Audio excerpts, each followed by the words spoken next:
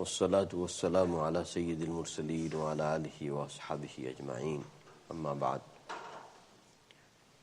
وعن عبادة بن الصامت رضي الله تعالى عنه قال قال رسول الله صلى الله عليه وسلم في الجنة مئة درجة ما بين كل درجتين كما بين السماء والأرض والفردوس أعلاها درجة منها تفجر أنهار الجنة الأربعة ومن فوقها يكون العرش فإذا سألتم الله فاسألوه الفردوس رواه الترمذي ولم أجده في الصحيحين ولا في الكتاب الحميدي. Ubadah ibn Samit radiyallahu ta'ala anhu said that Rasulullah sallallahu alayhi wasallam said that into the Jannat there are 100 levels, 100 darajat, 100 ranks, and in between the two levels it is like between the heaven and the earth. And Rasulullah sallallahu alaihi wasallam says further that Firdaus, it is the highest level of Jannat. And from this Firdaus, from this level, the rivers of the Jannat, and they are 4, they flow from there. All 4 rivers of the Jannat, all 4 canals of the Jannat, all 4 anhar of the Jannat flows from there, from the Jannatul Firdaus. And on top of it, it will be the arsh of Allah subhanahu wa ta'ala. So whenever you ask, Nabi sallallahu alayhi wa sallam said, whenever you ask, you must ask for Jannatul Firdaus, for the Firdaus. Nabi sallallahu alayhi wa sallam said, whenever you ask for the Firdaus. May Allah subhanahu wa ta'ala give us such iman and such consciousness and such ihtisab that we make tour of Jannat and our guide is Rasulullah sallallahu alayhi wa sallam. We make tour when we go through these riwayat as if we are making tour of Jannat from this world. We are going to enjoy it physically when we will be into next world. And may Allah subhanahu wa ta'ala make us such that we are always prepared for it. Going through this type of riwayat, you stand onto the musalla and you make dua that, oh Allah, before I die, whatever injustices I have done onto this musalla, pardon me. May Allah subhanahu wa ta'ala give us that preparation. It's so beautiful that you're making tour of Jannat and your guide is Rasulullah sallallahu alaihi wasallam. And that is what will happen. Whether this world or whether next world. We understand this world also, or you can say you tour this world also and you tour next world also. And your guide is only Rasulullah sallallahu alaihi wasallam. You will never go wrong. You will never go wrong. And how? That this must become our nourishment. Quran and Sunnah must become our nourishment. Our ambitions. It must shape our days and nights. It must shape our desires, our future, our present. And whatever shortcomings we have into the past, we should ask forgiveness from Allah subhanahu wa ta'ala. So Hadith Sharif, beautiful Hadith Sharif, Ubadah ibn Samit radiyallahu ta'ala said that into the Jannat there are 100 levels. That's why, who can imagine Jannat? Ma la aynun ra'at, wala udhunun sami'at, wala khatara ala qalbi bashar. How? There are 100 levels, and as into the previous riwayat where it was mentioned that the length and width will be 80 miles. So commentators, they said that 80 and miles, all of that is just being mentioned to make us understand that its vastness, it is beyond your imagination. So when it comes to the vastness, or when it comes to the numbers, may Allah subhanahu wa ta'ala give us correct understanding. It is to make us understand that, you cannot compare that dunya onto this dunya. And how? 100 levels, Nabi sallallahu alaihi wasallam said, in between the two levels, it is like between the earth and the heavens. This created universe of Allah subhanahu wa ta'ala, I always say, that people are making all the scientific efforts and they are trying to discover. And they said, so far from the universe of Allah, they have only discovered 6%.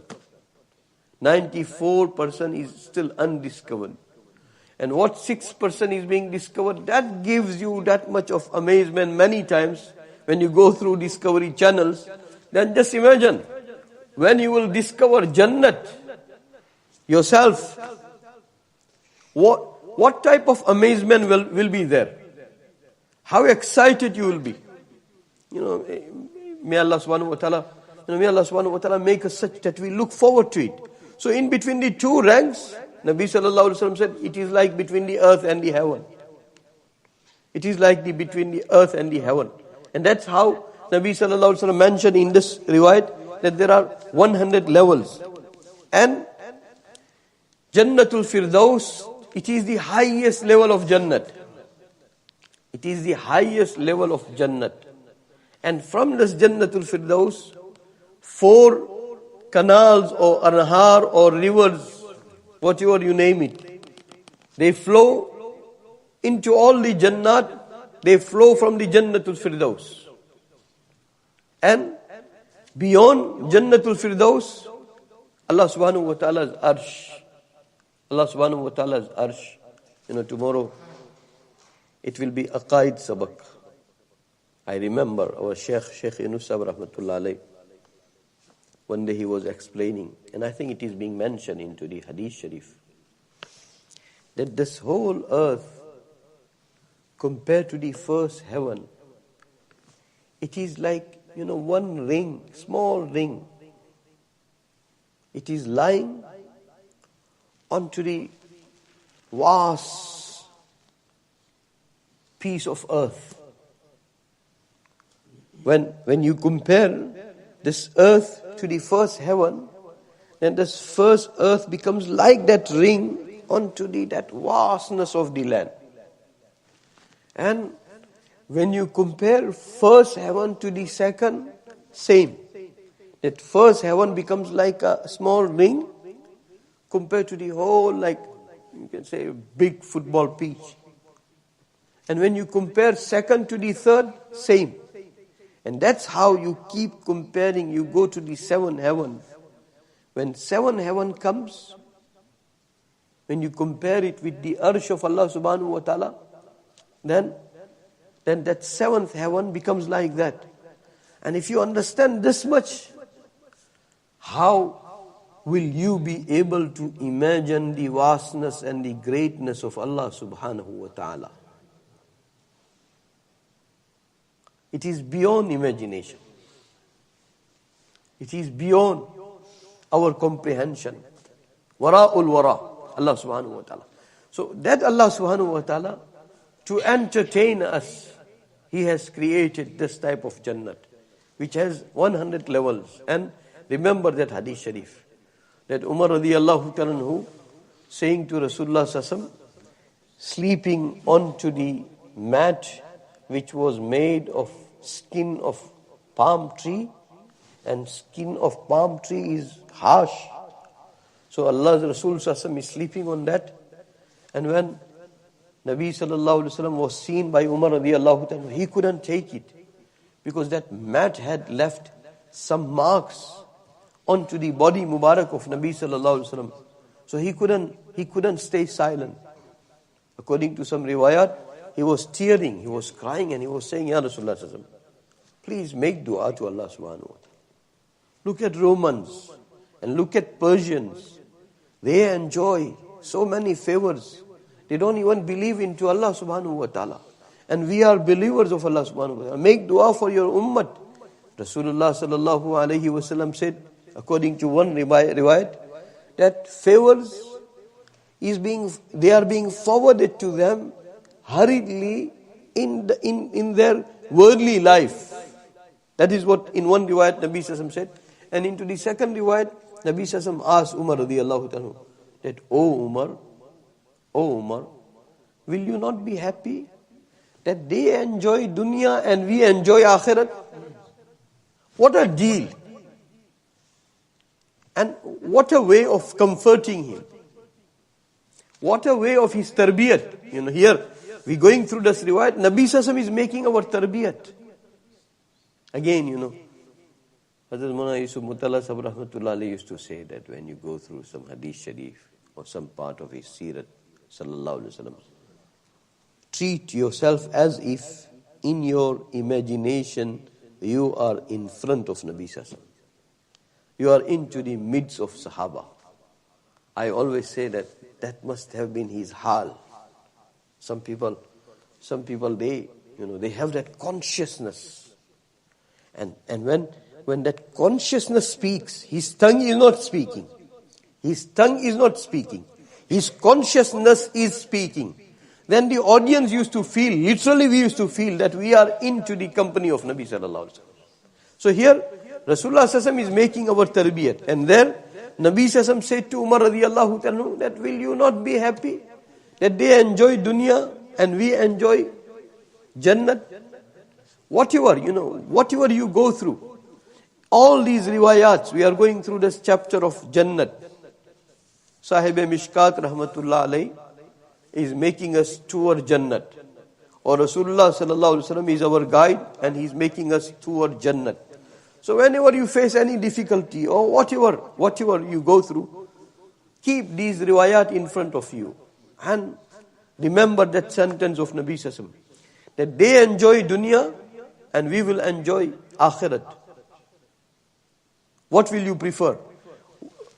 See, Quran said, وَمَا لَهُ فِي الْآخِرَةِ مِن نَصِيبٍ. Some people they ask for only dunya. Allah subhanahu wa ta'ala said, okay, it is granted to you. Now there is no share for you into hereafter. That is one way of fulfilling our desire. And the other way, Quran taught us, Atina fid dunya hasana wa fil akhirati hasana. Oh Allah, give us goodness into this world also and into hereafter also. But when you will have to choose in between the two, that either dunya or either akhirat, what will you choose? Every wise person will choose that no matter what happens into my dunya, as long as my akhirat must not suffer. That's why biggest businessmen of Jannat were Sahaba. Biggest businessmen of Jannat were Sahaba. Namats came in front of them, they didn't take it. That no, we are afraid that tomorrow Allah will say to us that whatever good deed you have performed, we had paid you for that. So I don't want payment in this world. I want payment only into hereafter. That's why biggest businessmen of Jannat were Sahaba. Because Nabi Sallallahu made their tarbiyat. Nabi Sallallahu is their murabbi. No one will become like Sahaba now. No one will become like Sahaba. Sahabiyat, it is Allah's selection. The way Nubuwat is Allah's selection, Sahabiyat is Allah's selection. Our Hazrat Allama Khalid Mahmud Sahib Rahmatullah Alayhi, he was a munazir, he was debater. Into the science of debate, he was one of the great debaters of our time. So, some people have some trouble with Sahaba. May Allah protect us and our progeny. Some people became extra bold onto Sahaba, onto the criticism of Sahaba. And Allah subhanahu wa ta'ala, it is from the plans of Allah subhanahu wa ta'ala that our Hazrat Allama Khalid Mahmud Sahib Rahmatullah used to say that sometimes they made some mistake So the weight of the mistake is one side. Burden of the mistake is one side. And because of that mistake, Allah revealed revelation unto Nabi Sallallahu Alaihi Wasallam. And guidance came. So that mistake became a medium for the completion of the deen of Allah subhanahu wa ta'ala.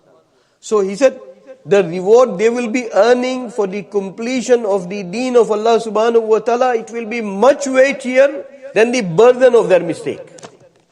That is what Hazrat Allama Khalid Mahmud Sahib Rahmatullah Alayhi used to also say, and Hazrat Maulana Yusuf Mutala Rahmatullah Alayhi used to also say. So burden of the mistake, and reward of the completion of the deen of Allah subhanahu wa ta'ala. Reward of the completion of the deen of Allah subhanahu wa ta'ala. He said, reward of the completion of the deen of Allah subhanahu wa ta'ala, it will be so weighty that this burden will be nothing. This burden will be nothing.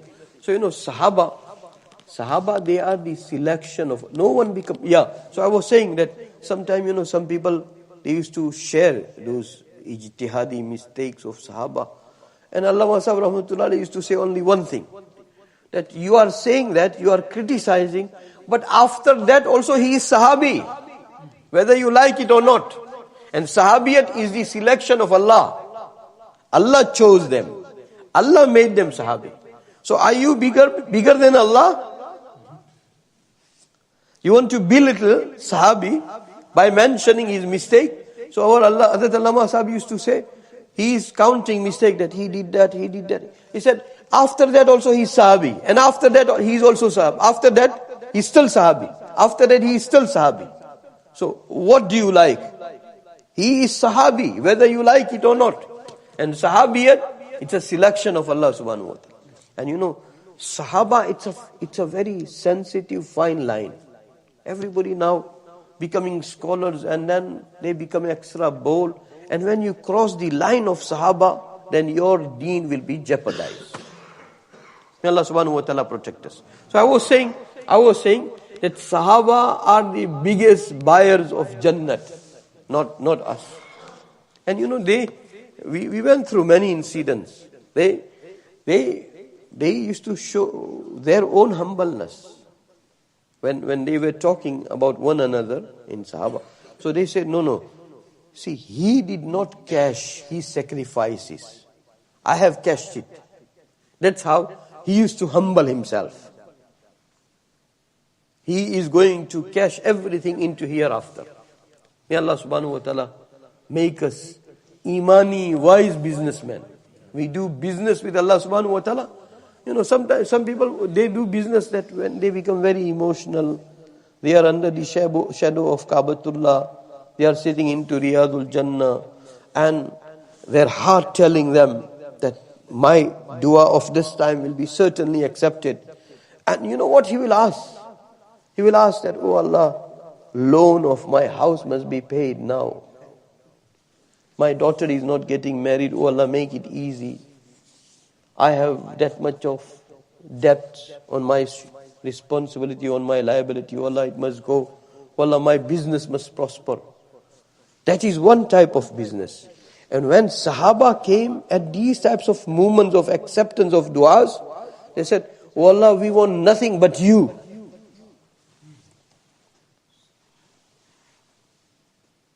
Oh Allah, our dunya can suffer, but oh Allah, our Jannat must not suffer.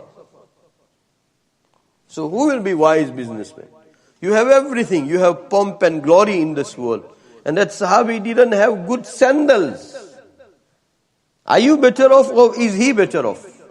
No, he sacrificed everything because he wants to cash it there. Minal mu'minina rijalun sadaqu ma ahadullah alayh. Allah said, Allah subhanahu wa ta'ala had to say that from the believers they are such that whatever promise they had made it to me, they fulfilled it more than 100%. Allah is bearing that testimony. فَمِنْهُمْ مَنْ قَضَى نَحْبَهُ. Some of them on that path, they met their death. وَمِنْهُمْ مَنْ يَنْتَظِرُ. And some people are still waiting. That no, we are still waiting. No temptation. They conquer Rome and they conquer Persia And they conquer, countries after countries. But all those pomp and glory did not impress them. It did impress us. It did not. That's why Allah said, وَمِنْهُمْ مَن يَنْتَظِرُ. They are still waiting. Oh Allah, give us some qualities like Sahaba. And oh Allah, keep us intact onto every aqidah of Ahlus Sunnati wal Jama'ah, ourselves and our progeny till the day of Qiyamah. Bismillahir Rahmanir Rahim.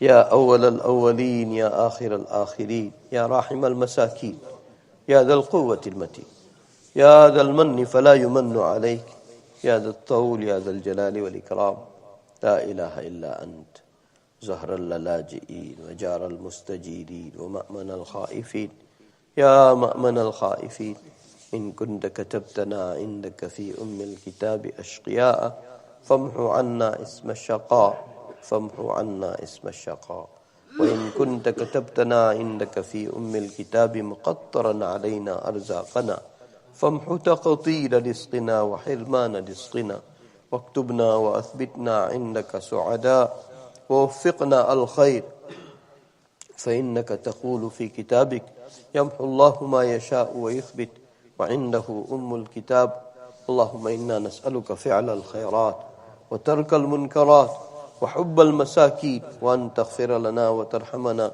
فإذا أردت بقوم فتنة فتوفنا غير مفتونين اللهم ارزقنا حبك وحب من يحبك وحب عمل يقربنا إلى حبك اللهم ارزقنا حبك وحب حبيبك صلى الله عليه وسلم اللهم هم أصلنا ووصلنا وإليهم يحن قلوبنا وطال إليهم شوقنا فاقبض إليهم أرواحنا اللهم ربنا آتنا في الدنيا حسنة وفي الآخرة حسنة وقنا عذاب النار ربنا توفنا مسلما والحقنا بالصالحين اللهم ثبتنا على الإيمان وأمتنا على الإيمان واهدنا الصراط المستقيم صراط الذين أنعمت عليهم من النبيين والصديقين والشهداء والصالحين اللهم أحسن عاقبتنا في الأمور كلها واجرنا من خزي الدنيا وعذاب القبر وعذاب الآخرة يا واجد الماجد لا تزل عنا نعمة قد أنعمت بها علينا